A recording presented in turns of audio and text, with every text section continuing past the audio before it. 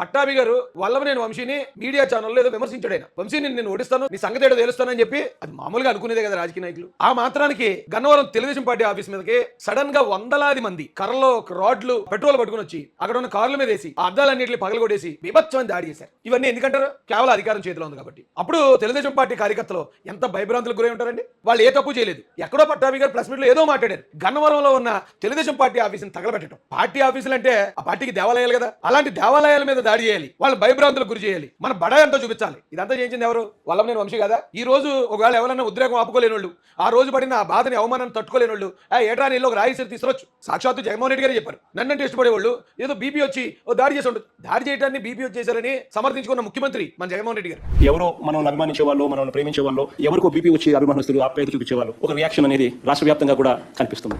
మరి ఇంత ఘోరం జరిగినప్పుడు, ఇంత దారుణంగా రౌడీజం చూపించినప్పుడు మరి ఆ కోపం సాధారణ మనుషులందరిలోనూ ఉంటది కదా.